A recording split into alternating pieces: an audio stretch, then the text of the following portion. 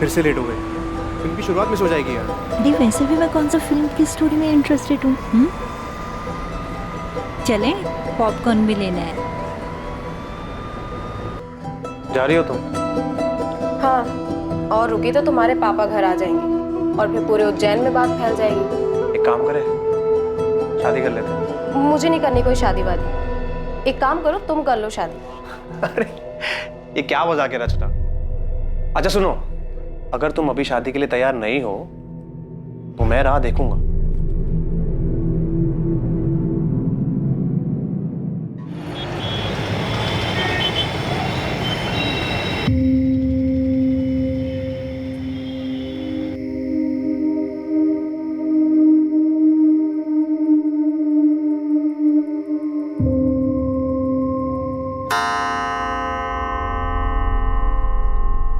नम्रता, मेरी दवा लेके आओ। 10:30 बज गए हैं। आई माँ जी।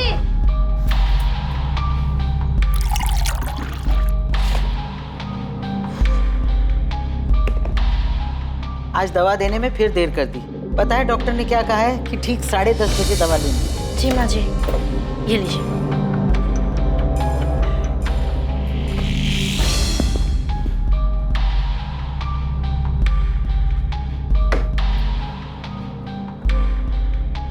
इतनी रात को कहाँ जा रही है रचना? घूमने जा रही हूँ माँ जी। बाय दीदी। समीर, समीर जल्दी चलो, देर हो रही है। समीर भैया, आप इतनी रात को कहाँ जा रहे हो घूमने? आप ही की बहन को सैर कराने ले जा रहा हूँ बाबू। हाँ हाँ ठीक है। और मैं फिर से बोल रही हूँ, समीर के सामने कुछ भी मत बोलना। हाँ, रखती हूँ। क्या बात है, बड़े खुश लग रहे हो।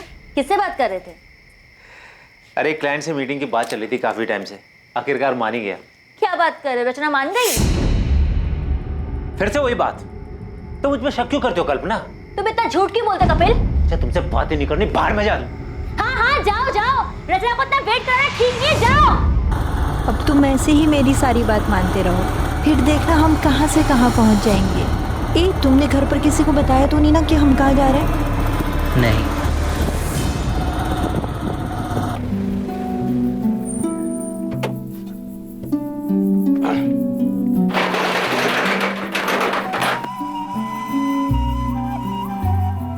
समीर,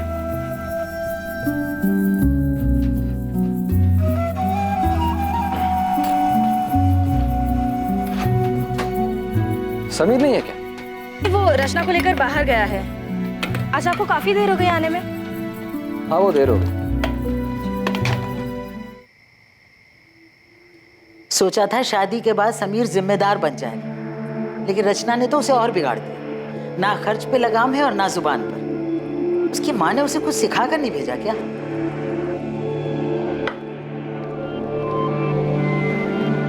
माँ बस भी करो। और वैसे भी समीर तो पहले से ही ऐसा है, उसने कब जिम्मेदारी उठाई? हाँ लेकिन रचना को उसे समझाना चाहिए ना। अब तक दोनों घर नहीं लौटे। मैंने बेटा, उसका वो दोस्त है ना मनु, उसे फोन कर, उससे पूछ, कुछ पता तो लगे दोनों कहाँ गए हैं। अब इतनी रात को क्या फोन करूँ माँ? और ये कोई नई बात तो है नहीं, आ जाएंगे वो। दोनों के फोन बंद आ रहे हैं, तू पता कर, वरना मुझे नींद नहीं आएगी।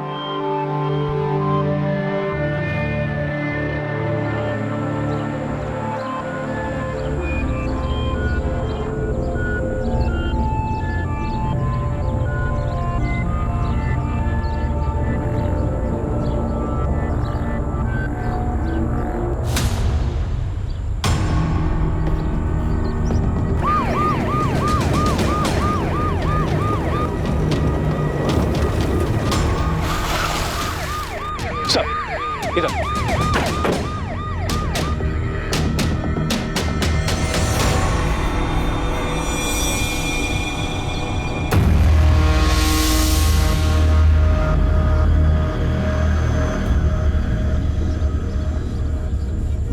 सर जेब में ना वॉलेट है, ना कोई आईडी प्रूफ, फोन भी नहीं। मारने वाला वॉलेट ले गया, लेकिन नोटों की गड्डी यहीं छोड़ दी। मर्डर पैसों के लिए नहीं था। आप लोगों में से सबसे पहले लाश किसने देखी थी? जी सर, लाश को सबसे पहले मैंने देखा। किसी को आते जाते देखा? नहीं सर, बस ये देखा और मैंने आपको फोन।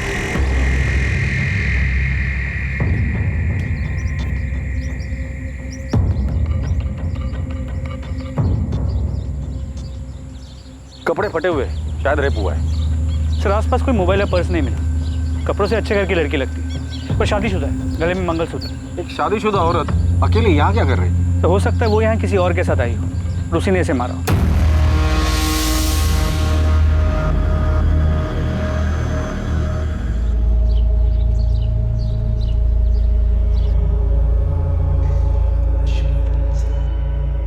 नम्रता दीदी, दीदी क्या हुआ, कहाँ खोई हुई है? समीर और रचना कल रात से वापस नहीं आए। उन्हीं के बारे में सोच रही थी। तेरा भाई अभी तक घर नहीं लौटा है, रात से सुबह हो गई है। चिंता मत करो माँ, आ जाएंगे दोनों। मन्नू को भी बोल दिया मैंने पता करने को। सुनिए, मुझे भी उनकी फिक्र हो रही है। इसे इतनी देर तक बिना बताए। अरे यार, बेकार में ही घबरा रहे हो तुम दोनों। विनय, तो अभी के अभी पुलिस स्टेशन जाओ और रिपोर्ट लिखवा। पर मैं कह रहा हूँ, बेकार में चिंता कर रहे हो तुम दोनों। कुछ नहीं हुआ होगा समीर और रचना को। लड़की को गला दबाकर मारा गया है। किसी मजबूत हाथों ने जोर से गला दबाया होगा, जिस वजह से विंड पाइप चोक हो गई। मौत का वक्त? कल रात करीब 11 से 1 बजे के बीच। पहले लड़की को बेहोश किया गया है, फिर गला दबाया गया है। पहले इसे बेहोश किया फिर मारा है? जी हाँ, लड़के के ब्लड में नशीली दवा के ट्रेसेस मिले। विक्टिम के कपड़े फटे हुए थे। रेप? उसके लिए मुझे डिटेल में पोस्टमार्टम करना होगा। लड़की के प्राइवेट पार्ट्स में इंजरीज हैं जो फोर्स सेक्स के कारण होती है। अभी दावे से कुछ नहीं बोल सकता। सर, लड़की की फोटो को आसपास के सभी थानों में भिजवाया है और कहीं भी कोई मिसिंग कंप्लेंट होगी तो जल्दी पता चल जाएगा।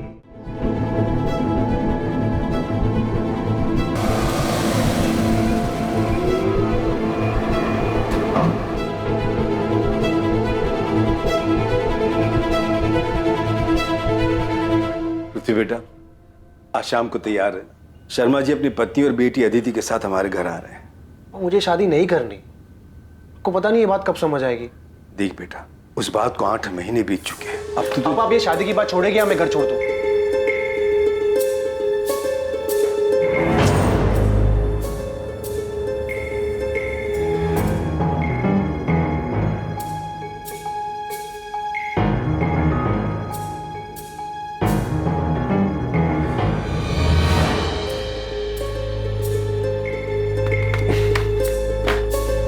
विनय भैया पुलिस स्टेशन गए हैं शिकायत लिखवाने। हाँ मनु बेटा, समीर और रचना कल रात से घर नहीं लौटे। उन दोनों के फोन भी बंद आ रहे। मनु, समीर ने तुम्हें कुछ बताया था क्या?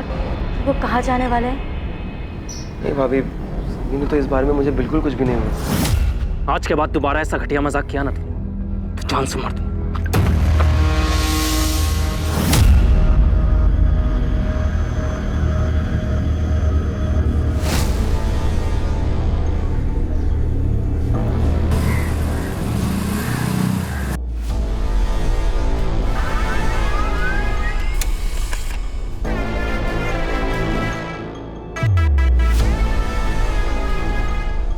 उज्जैन पुलिस को इसकी लाश भी 18 सितंबर को मिली। जी सर, इस लड़के की भी कोई आइडेंटिफिकेशन नहीं मिली। लेकिन हैरानी की बात यह है कि मौत का वक्त और मारने का तरीका बिल्कुल सेम है। हमें जिस लड़की की लाश मिली थी उस केस के डिटेल्स इस केस के डिटेल्स से काफी मैच करते हैं। उज्जैन के माधव चौक पुलिस स्टेशन के पीएसआई अनिरुद्ध से मेरी बात हुई। तुमने जिस लड़की की फोटो और डिटेल्स भेजी है उसे पढ़ते ही मुझे लगा कि शायद ये दोनों विक्टिम्स कनेक्टेड हैं। क्या ये दोनों विक्टिम्स उज्जैन के हैं? ये तो पता नहीं कि उज्जैन से या इंदौर से, लेकिन पोस्टमार्टम रिपोर्ट के हिसाब से लड़की की भी मौत 17 सितंबर की रात की 11 से 1 के बीच। पहले नशीली दवा देकर बेहोश किया गया और फिर गला घोटकर मार दिया गया। प्रशांत, इस लड़के की फोटो इंदौर के सभी पुलिस स्टेशन में सर्कुलेट कर दो और खबरियों को काम पर लगा दो। पता तो चले ये दोनों विक्टिम एक दूसरे से कनेक्टेड है भी या नहीं। पुलिस और खबरियों ने इंदौर और उज्जैन में जगह जगह दोनों विक्टिम्स के बारे में पूछताछ की और जल्द ही उन्हें पता चल गया कि वो दोनों विक्टिम्स समीर शुक्ला और रचना शुक्ला थे।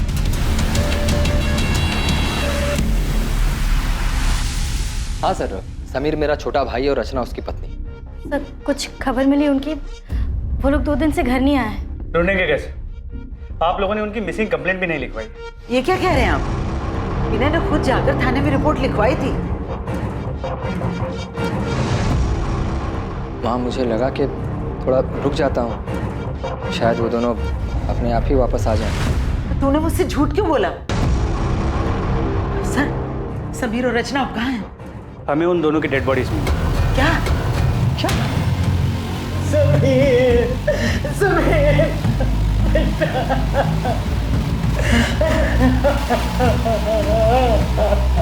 समीर, समीर बेटा, समीर, समीर। अरे समीर, आज तो फिर मेरी बाइक लेके भाग गई फिराक में। भैया प्लीज ले जाने दो ना, आज कॉलेज में रोज डे।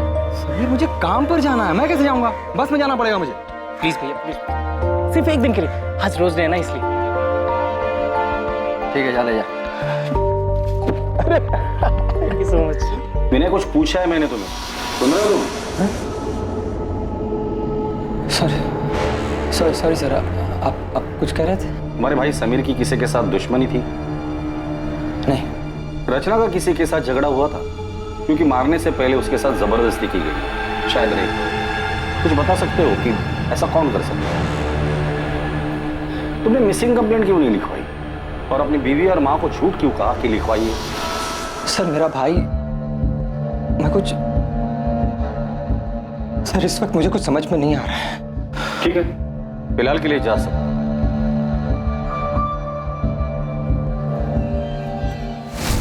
ये विनय वाकई में इतना प्यार करता था या एक्टिंग कर रहे हैं? ये समीर और रचना, इनका कत्ल एक ही तरीके से हुआ है, लेकिन इनकी डेड बॉडीज हमें अलग अलग शहरों में मिली। सर ये सब कुछ पूरे प्लानिंग से किया गया है और शायद एक से ज्यादा लोग शामिल हैं। ये शुक्ला परिवार के भाइयों के बीच रिश्ता कैसा था ये पता करो, क्योंकि अक्सर जब रिश्तों में लाइन क्रॉस होती है ना, न्यूज़पेपर की हेडलाइन बन जाती है।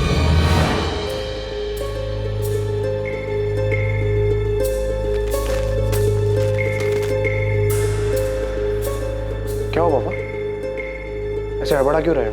कुछ नहीं बेटा, कुछ नहीं। पापा सोशल मीडिया का जमाना है, बाहर आजकल सिर्फ अखबार तक नहीं रहे। तूने रचना के बारे में पढ़ा? हाँ, बुरा हो। पृथ्वी बेटा तू ठीक तो है? हाँ पापा मैं ठीक हूँ। आप चाहते थे ना मैं अदिति से मिलूं, मैं तैयार हूँ। तुम्हें मेरी बात मान लेनी चाहिए थी रचना, ये सब नहीं होता। क्या हुआ?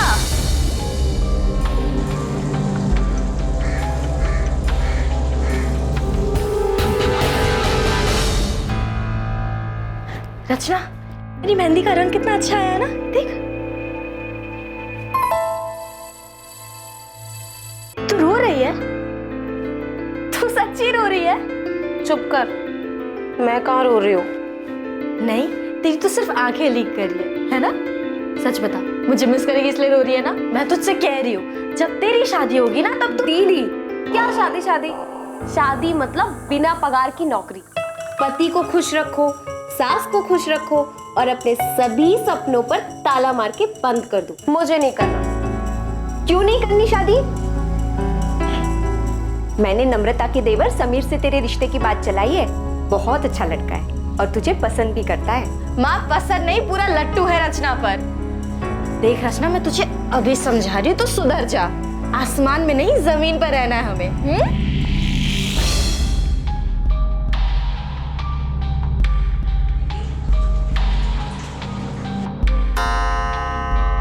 माँ जी, आपकी दवाई का वक्त हो गया।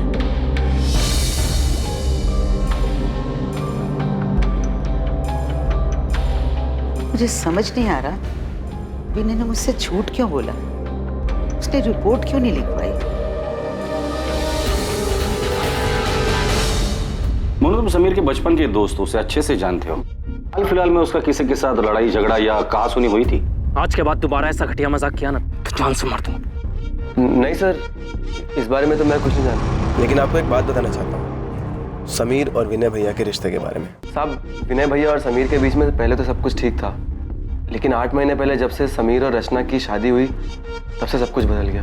लेकिन रचना तो विनय की बीवी नम्रता की सगी बहन थी ना? जी सर, लेकिन नम्रता भाभी और रचना में बहुत फर्क है। जहाँ भाभी ने आज तक पूरे परिवार को संभाल के रखा, वहीं रचना ने उन्हें आते ही अलग कर दिया। मुझे समझ नहीं आ रहा है कि आज इतने सालों बाद अचानक मेरी दुकान और आपका टिफिन बिजनेस वाली बात क्यों उठ रही है? क्योंकि समीर को अपने हक का एहसास हो गया है जीजा जी। हक का एहसास तो तुमने करवा दिया रचना। तो अब लगे हाथ इसे जिम्मेदारी का एहसास भी करा दो। एहसास तो आपको होना चाहिए ना जीजा जी। समीर कोई छोटा बच्चा नहीं है जो आप उस पर अपना हुक्म चलाते रहे और वो चुपचाप सुनता रहे। रचना, ये कोई तरीका है अपने जीजा जी से बात करने का? तरीका तो इनका गलत है दीदी। छोटे भाई का हक छीन रहे हैं ये। मैं हक छीन रहा हूँ अपने छोटे भाई का? नहीं तो कह रही है भाई, क्या गलत कहा रचना ने? लेकिन समीर भैया, इन दोनों से कुछ बोलने का कोई फायदा नहीं। इसके बाद से उनके घर में काफी तनाव रहने लगा। आपने खाना नहीं खाया तो दूध तो पी लीजिए। माँ ने कुछ कहा क्या तुमसे? विनय ने मुझसे झूठ क्यों बोला? उसने रिपोर्ट क्यों नहीं लिखवाई? नहीं, मगर आपने पुलिस में शिकायत क्यों नहीं की? तुम मुझ पे शक कर रही हो? विनय देखिए, मैं आपका दर्द समझती हूँ। मैं भी रचना से उतना ही प्यार करती थी जितना आप समीर से। सर, ये समीर की कॉल रिकॉर्ड बिल्कुल क्लीन है। लेकिन सर, रचना की कॉल रिकॉर्ड्स में ये एक नंबर है जिससे बार बार कॉल्स आते हैं। सर, ये नंबर किसी कपिल चोकसी के नाम पे रजिस्टर्ड है। सर, फिलहाल ये नंबर स्विच ऑफ है, लेकिन हमें कपिल चोकसी का एड्रेस मिल गया। और ये नंबर जिस पर रचना की आखिरी बार बात हुई थी, ये किसका है? और मैं फिर से बोल रही हूँ, समीर के सामने कुछ भी मत बोलना। सर, ये नंबर किसी हरीश अय्यर के नाम पे रजिस्टर्ड है। फिलहाल ये नंबर स्विच ऑफ है और इसका एड्रेस फेक है। इस कपिल चोकसी को उठाकर लेकर आ और हरीश अय्यर के बारे में पता कर।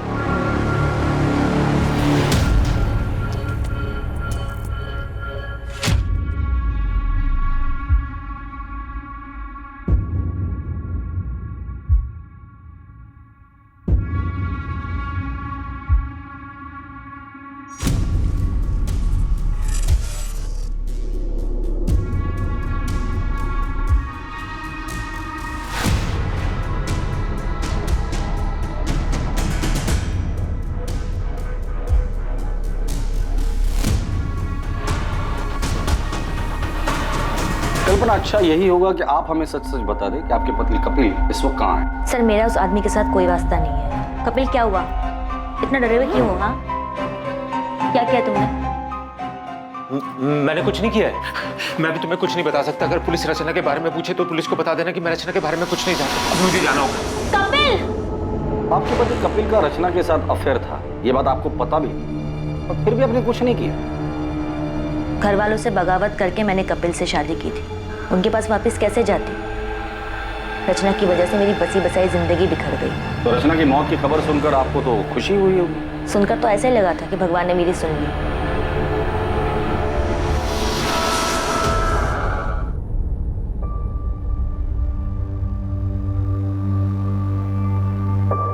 मैं तुमसे प्यार करने लगा हूँ। शादी करोगे मुझसे?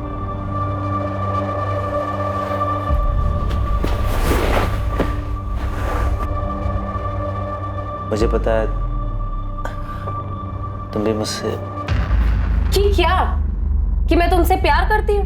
नहीं कपिल, मैंने तुम्हें पहले ही कहा था। ऑनलाइन चैटिंग के वक्त बिल्कुल साफ क्लियर किया था कि मुझे ये शादी, प्यार, इन सब में कोई इंटरेस्ट नहीं है। तो फिर तुम ये बकवास क्यों कर रहे हो? तुम्हें मेरी फीलिंग बकवास लग रही है? कपिल, मेरा हाथ छोड़ो, मुझे लग रही है। मैं तुम्हारे साथ प्यार के लिए था, मजे के लिए नहीं। पर इस बात से तुम्हें कोई फर्क नहीं पड़ता ना? हाँ, नहीं पड़ता। मैं यहाँ पर अच्छा टाइम बिताने आती हूँ, जो कि तुमने पूरा खराब कर दिया है। कपिल चौकसी, अफेयर? आप ये क्या कह रहे हैं? आप किसी हरीश अय्यर को जानती हैं? रचना के मर्डर से पहले आखिरी बार उसने इसी से बात की। मैं किसी हरीश अय्यर को नहीं जानती। कौन है ये? क्या इसका भी रचना के साथ अफेयर? आपके पति विनय कहाँ है? आपको जो कुछ पूछना आप पूछ सकते हैं सर।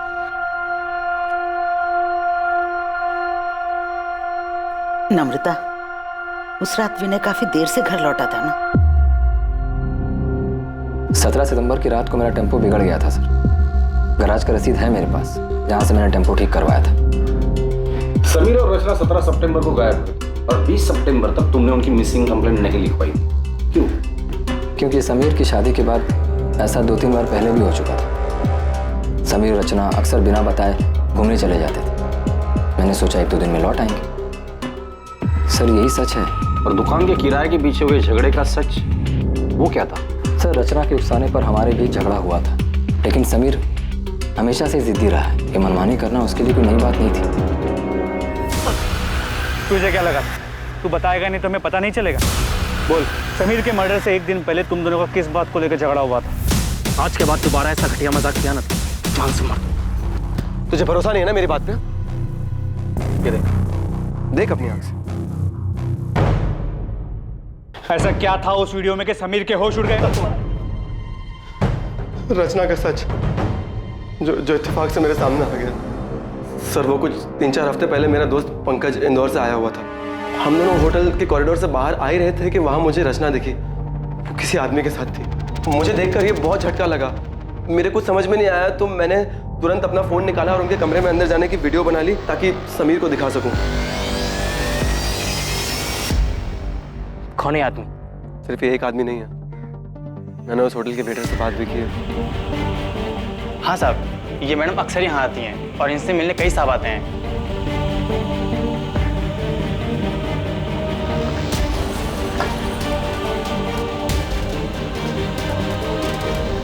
मुझे काफ़ी दिन तक समीर को सच बताने की हिम्मत ही नहीं हुई, लेकिन फिर मैंने सोचा कि उसे सच बताना भी ज़रूरी है, तो मैंने उसे 16 सितंबर को सब सच बता दिया। अगले दिन पता चला कि रचना और समीर दोनों गायब हैं और फिर उनकी लाश मिली। ये आदमी कौन है? मैं नहीं जानता, लेकिन उस दिन अंतिम संस्कार वाले दिन ये घर पे आया हुआ था। मैं नहीं जानता ये कौन है। अंतिम विधि में ये आदमी आपके घर आया था? आया होगा, मुझे नहीं मालूम। तुम्हारी बीवी नम्रता इस सब के बारे में जानती है? नम्रता, रचना ने जो किया उसमें तुम्हारा कोई दोष नहीं है। विनय, आप पुलिस की बात मत सुनो, वो लोग झूठ बोल रहे हैं। रचना ऐसी नहीं थी। पुलिस ने खुद उस होटल में जाकर के पता लगाया था जहां रचना। ये रचना भी ना जाते जाते हम सबका मुंह काला कर दी। तेरी माँ ने यही सिखाया था क्या उसे? नम्रता, माँ तो कुछ भी बोले जा रही हो। सर, पूरे परिवार में इस आदमी को कोई नहीं जानता। ये आदमी अंतिम संस्कार के लिए आया था और इसे कोई नहीं जानता। अजीब बात। रचना के कॉल रिकॉर्ड्स में कपिल चौकसी और हरीश अय्यर के अलावा और कोई सस्पिशियस नंबर नहीं मिला है, लेकिन रचना से मिलने उस होटल में कई लोग आते थे, तो हो सकता है कि उसके पास कोई दूसरा नंबर। रचना के इस दूसरे रूप के बारे में सच में कोई नहीं जानता। ऐसे कैसे?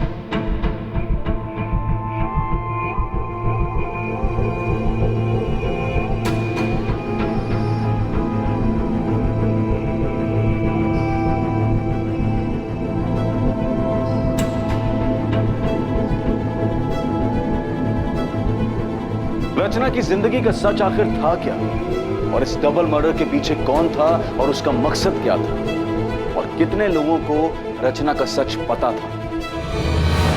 वैसे मुझे पता नहीं था कि तुम हंसते भी हो। मतलब जब पहले मिले थे तो तुम हमेशा देवदास बने फिरते थे। वो एक दौर था जो बीत चुका है। किसी से सच्चा वाला प्यार हो गया था क्या?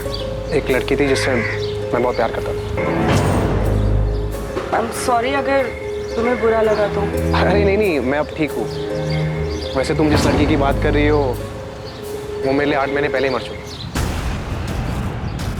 जी सर, मैं उसी के घर जा रहा हूँ, पहुँच के अपडेट करता हूँ।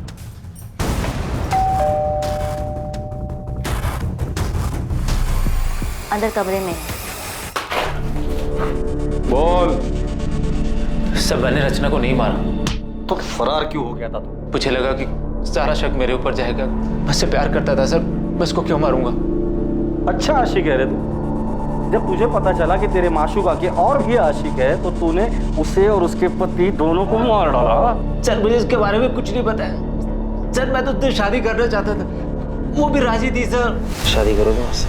नहीं कपिल, मुझे ये शादी प्यार इन सब में कोई इंटरेस्ट नहीं है। ये कौन है? इसे जानते हैं? इसका नाम क्या है? हरीश अय्यर।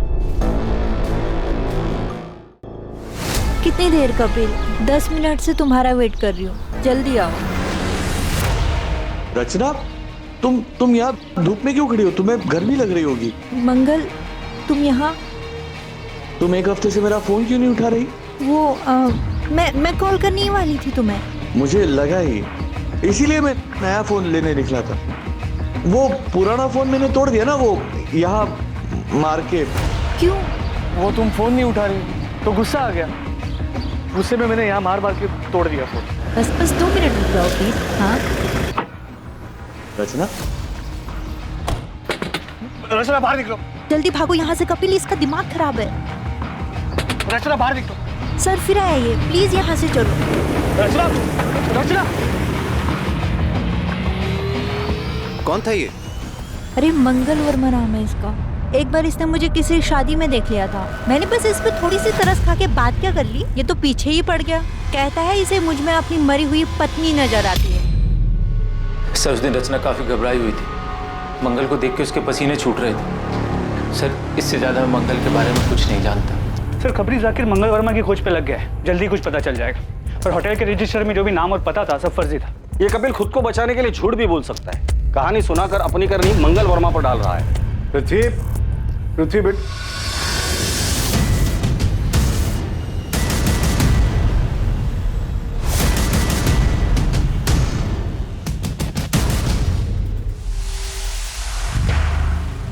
मुझे लगा तू रचना को भूल चुका। भूल चुका हूं मैं पापा, शायद वो ऐसे ही खुल गया होगा। कुछ काम था आपको? मैं तो ये आदित्य के साथ तेरी शादी की बात कर रहा था। और तुम?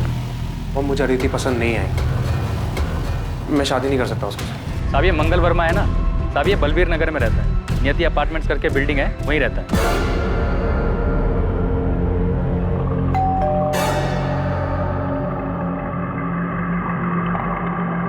सर मंगल वर्मा को उसकी वाइफ ज्योति के मरने का गहरा सदमा लगा था, दिमागी हालत पे काफी अनस्टेबल हो गया था।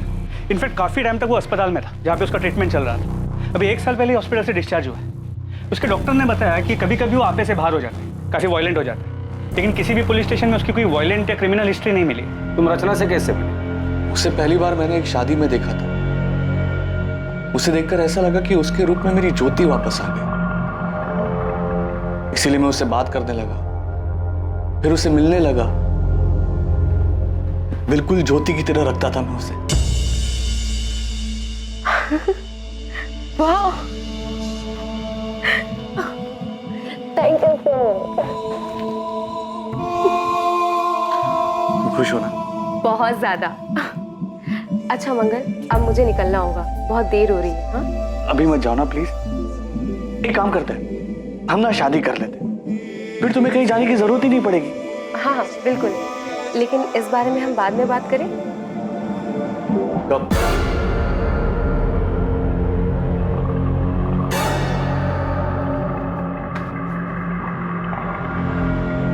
पिछले 1 महीने से तुम यही बात की। क्या क्या प्रॉब्लम क्या? तुम्हारी जिंदगी में कोई और है, तुम मुझसे प्यार नहीं करती, छोड़ना चाहती हो मुझे? नहीं, तुम धोखा नहीं दे सकती। रचना तुम मेरी बीवी हो, सिर्फ मेरी बीवी हो रचना। मंगल, मंगल, मंगल क्या कर रहे हो? मंगल, मंगल, मंगल मेरी बात सुनो मंगल, इसे फेंक दो मंगल। शादी करोगी मुझसे वरना? मंगल, मेरे जीजा जी और मेरी बहन अभी घर से बाहर गए, वो जैसे ही आएंगे ना मैं उनसे बात करूंगी।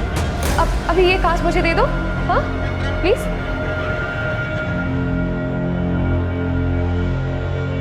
उस दिन के बाद मेरी रचना से कोई बात ही नहीं हुई। बहुत फोन किए मैंने उसे, लेकिन इसने उठाया ही नहीं। रचना के साथ कौन से नंबर पर बात होती थी तुम्हारी? 4441121। रचना ने बेवकूफ बनाया तुम यहाँ उसे महंगे महंगे तोहफे देते रहे और वो वहां तुम्हारे साथ साथ 4 और लोगों को भी घुमा रही थी। रचना के बारे में ऐसी बात मत करो प्लीज। ये हम नहीं, पूरा इंदौर बोल। तुम नहीं जानते? अरे तुम्हारे जैसे कई आशिक है उसके, उनमें से एक यहाँ जेल में भी है। कहता है कि वो रचना से प्यार करता था और रचना भी उससे प्यार करती। तुम जिस होटल में रचना के साथ जाते थे, रचना वहां और लोगों के साथ भी जाती थी। रचना सिर्फ मेरी थी, उसके बारे में बकवास बात मत करो। सर सिर्फ रचना के एक चक्कर के बारे में सुन के इतना वायलेंट हो सकता है रचना के प्रोस्टिट्यूशन के बारे में पता चल गया और इसी ने उसे मारा। तुम सही कह रहे हो। मंगल रचना से जिस नंबर पर बात करता था उस नंबर का सीडीआर निकलवाओ, उसमें रचना के और भी क्लाइंट्स के नंबर होंगे, उनसे बात करो, उनका बैकग्राउंड चेक करो। अभी तो सिर्फ 2 ही आशिक मिले हैं, पता नहीं लाइन में और कितने आशिक खड़े होंगे। तुमने भागकर अपने पैरों पे कुल्हाड़ी मार ही ली थी, वो तो मैंने सही टाइम पर पुलिस को बुलाकर तुम्हें सब कुछ बर्बाद करने से रोक लिया। आगे अपने बयान पर डटे रहना और अगर मुझ पर भरोसा हो गया हो तो जैसा जैसा मैं कहूँ ठीक वैसा वैसा करना। जैसा तुम कहोगी वैसा ही करूंगा, बस मुझे यहाँ से निकाल लो। मैं तुमसे वादा करता हूँ दुनिया का सबसे अच्छा पति बन के दिखाऊंगा।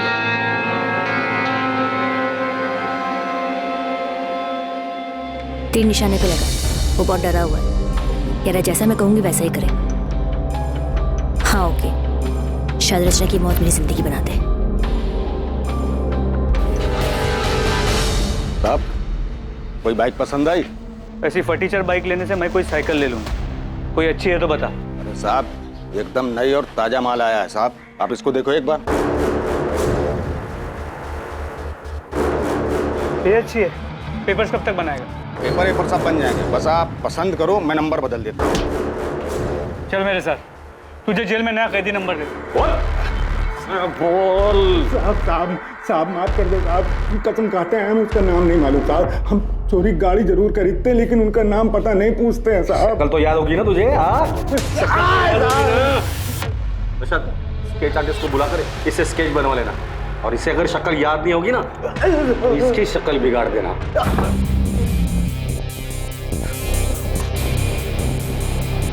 संदिग्ध कई थे, किसी का नाता समीर से था तो किसी का रिश्ता रचना से।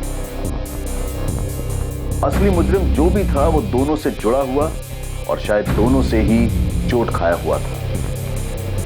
पर कुछ लोग ऐसे भी थे जो अब भी पर्दे में थे और इसीलिए वो पुलिस के शक के दायरे से भी बाहर थे। उनके इरादे, उनकी मंशा अब भी गुप्त थी, लेकिन जल्द ही सारे नकाब उतरने वाले थे और सच सामने आने वाला था। माँ, कहाँ जा रही हो? पुलिस स्टेशन, समीर के कातिल के बारे में पता कर। अरुणा जी, समीर और रचना के कातिल को हम ढूंढने की पूरी कोशिश कर रहे हैं। क्या आपको किसी पर शक है? नहीं, लेकिन जिसने भी ये किया है उसे कड़ी से कड़ी सजा मिलनी चाहिए। सर, मुश्ताक ने स्केच बनवाया।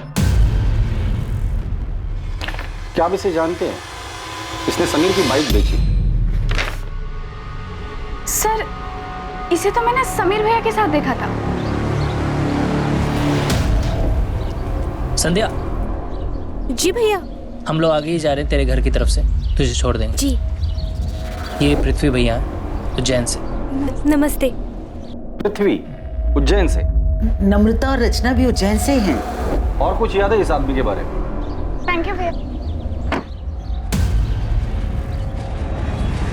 हाँ सर, कार का नंबर नोट कर लीजिए, MPXY0001। सर, नंबर प्लेट के नीचे पृथ्वी की जान जैसा कुछ लिखा था। ये लीजिए वकील साहब, मैंने आपसे कहा था ना कि जो मैं चाहती हूँ वो मैं कपिल से साइन करवा लूंगी। उसने बिना पढ़े बिना देखे इन पेपर्स पे साइन कर दिए। इसमें डिवोर्स पेपर्स के साथ साथ प्रॉपर्टी के पेपर्स भी हैं, जो अब उसने मेरे नाम पे ट्रांसफर कर दिए। बोल। रचना और मैं एक दूसरे से प्यार करते थे। हम 2 साल से एक साथ थे। फिर से लेट हो गए। फिल्म की शुरुआत मिस हो जाएगी यार। अरे वैसे भी मैं कौन सा फिल्म की स्टोरी में इंटरेस्टेड हूँ। चलें, पॉपकॉर्न भी लेना है। जा रही हो तुम? हाँ, और रुकी तो तुम्हारे पापा घर आ जाएंगे और फिर पूरे उज्जैन में बात फैल जाएगी। एक काम करें, शादी कर लेते हैं। मुझे नहीं करनी कोई शादी वादी। एक काम करो, तुम कर लो शादी। अरे ये क्या मजाक है रचना। अच्छा सुनो, अगर तुम अभी शादी के लिए तैयार नहीं हो तो मैं राह देखूंगा। मैं राह देखता रहा और रचना ने अचानक अपनी राह बदल ली। तुम किसी और के साथ शादी कर रही हो? हाँ, मैं तुम्हारे लिए इतने सालों से इंतजार कर रहा हूँ और तुम अपनी ही बहन के देवर के साथ शादी कर रही हो। तो तुम्हें इनविटेशन नहीं दिया इसलिए तुम गुस्सा हो? तुम्हारे लिए शादी वगैरह सब मजाक है ना? तो और क्या है, जन्मों जन्म का बंधन। रचना की शादी हो गई, वो जिंदगी में आगे बढ़ गई, लेकिन मैं उसके दिए हुए धोखे में उलझा रहा सर। और इसलिए रचना से बदला लेने के लिए तुम इंदौर आ गए और हरीश अय्यर के फेक आईडी पर एक नया सिम कार्ड खरीद लिया। हाँ सर, मैं उसके बर्बादी की पूरी तैयारी करके आया था।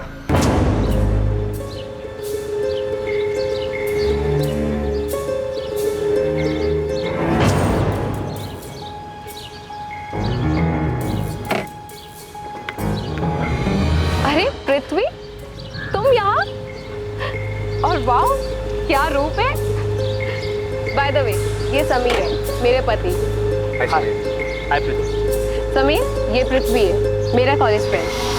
मैंने समीर से दोस्ती कर ली।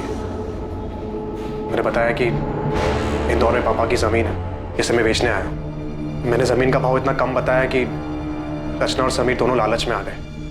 फिर ज़मीन दिखाने और टोकन देने के बहाने मैंने उनको बुलाया। हाँ, हम लोग निकल रहे हैं। हाँ, और समीर ने पैसे भी ले लिए, लेकिन ध्यान रखना समीर को हमारे बारे में पता नहीं चलना चाहिए। अरे नहीं, तुम चिंता मत करो, मैं कोई भी पुरानी बात नहीं करूँगा। मुझे सिर्फ बिजनेस करना है।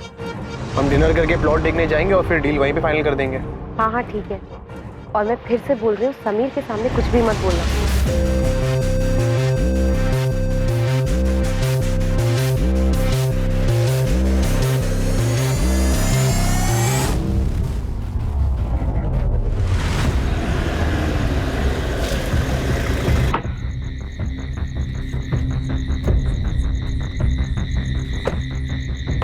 समीर, समीर चल। ये कहाँ है? संभाल के, थोड़ा ही आगे है प्लॉट। रचना? हाँ, रचना आएगी पीछे से। आ जा।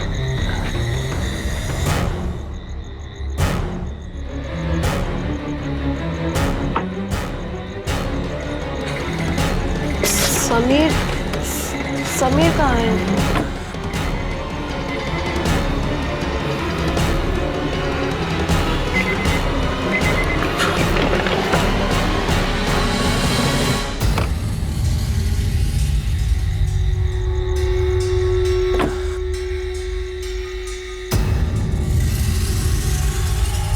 मैंने समीर की लाश वही उज्जैन में छोड़ दी और रचना की लाश मैंने इंदौर में आके फेंक दी। दोनों के फोन मैंने तोड़ के नाले में फेंक दिए और अगले दिन समीर की बाइक ढाबे से उठा ली। पृथ्वी, ये सब करके क्या मिला तुझे? मिला सर, बदला मिला।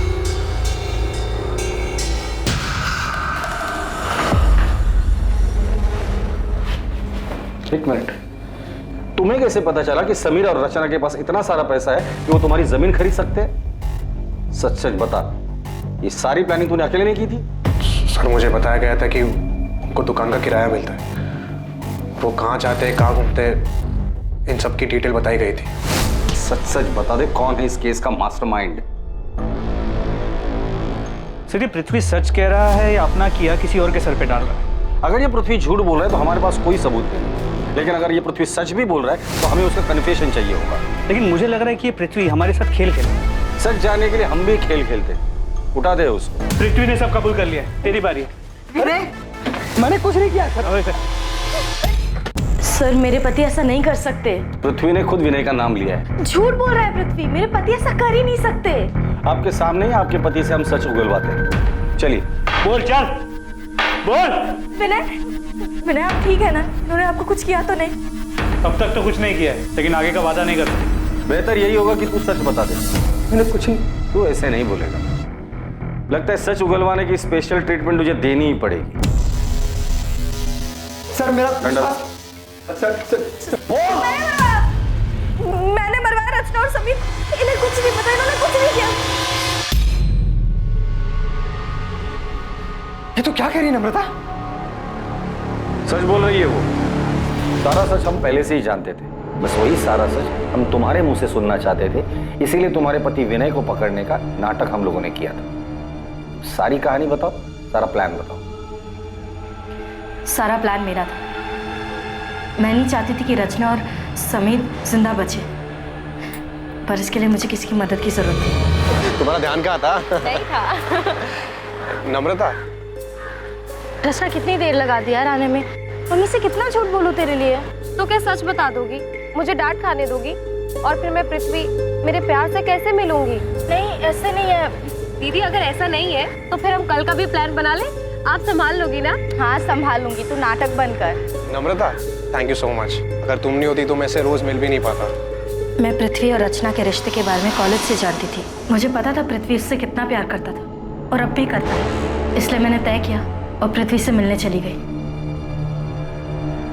नम्रता, हाय। आओ ना अंदर। तुम्हें याद है पृथ्वी, कॉलेज में तुम मेरे तेल वाले बालों का कितना मजाक उड़ाते थे? चंपू चाची के नाम से सब जानते थे तुम्हें। चंपू चाची? और वो नाम मैंने रखा था।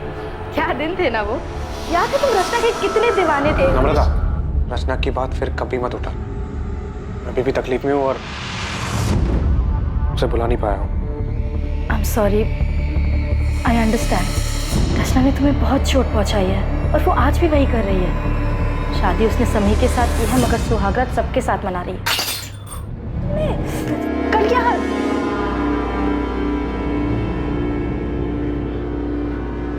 रचना का नाम मेरे सामने कभी मत लेना। बहुत मुश्किल से उसे बोलने की कोशिश कर रहा हूँ। पापा भी चाहते हैं कि मेरी शादी अदिति से हो जाए, और वो लड़की भी अच्छी है, बस मेरा मन नहीं कर रहा। मैं जानती हूँ कि रचना ने तुम्हें बहुत दुख दिया है, मगर सच कहूँ तो रचना पहले से ही बहुत सेल्फिश थी। उसने कभी किसी के बारे में नहीं सोचा, और उसने तुम्हारे साथ जो किया है उसके बाद तो शायद तुम हमेशा तकलीफ में रहोगे, कभी मूव ऑन नहीं कर पाओगे। लेकिन तुम ये सब मुझे क्यों कह रही हो? क्योंकि मैं खुद तकलीफ में हूँ। मैं बस चाहती हूँ कि रचना समझे कि वो इस तरह लोगों के साथ खिलवाड़ नहीं कर सकती। पृथ्वी, तुम रचना को मार डालो। क्या? देखो, उसने तुम्हारे साथ जो किया है और वो बाकी कई लोगों के साथ कर रही है, वो सही नहीं है। उससे रोकना होगा।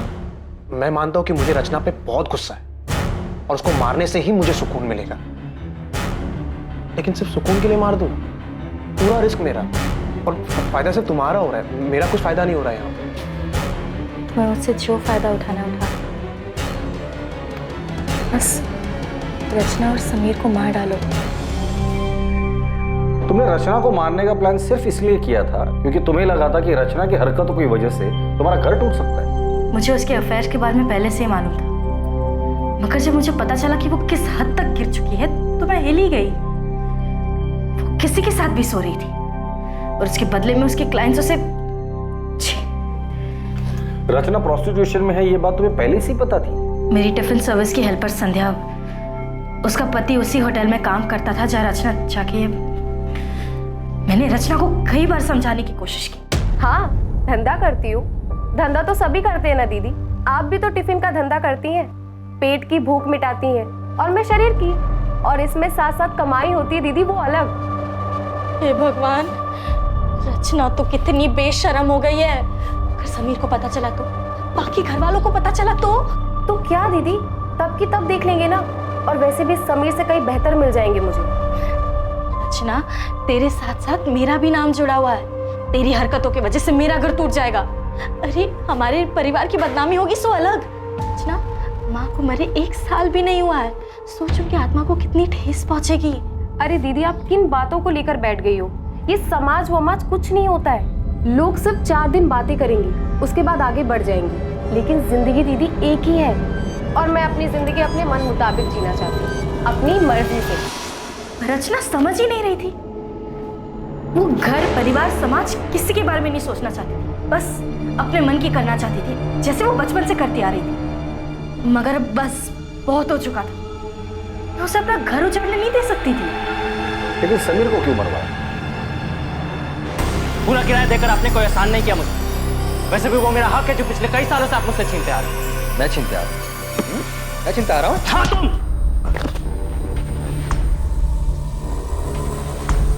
समीर भी रचना जैसा ही था। उन दोनों को घर की इज्जत की कुछ पड़ी ही नहीं थी। वो दोनों तो बस घर की शांति खराब करने पे तुले थे। उन्हें बस बर्बाद करना आता था। वो दोनों तुम्हारा घर बर्बाद कर देंगे, इस डर से तुमने खुद अपने हाथों से अपना घर बर्बाद कर लिया है।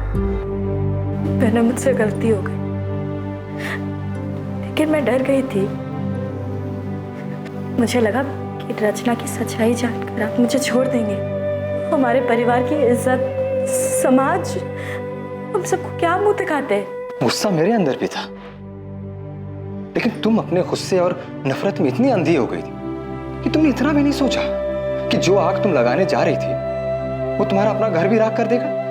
तुमने सब कुछ खत्म कर दिया नम्रता।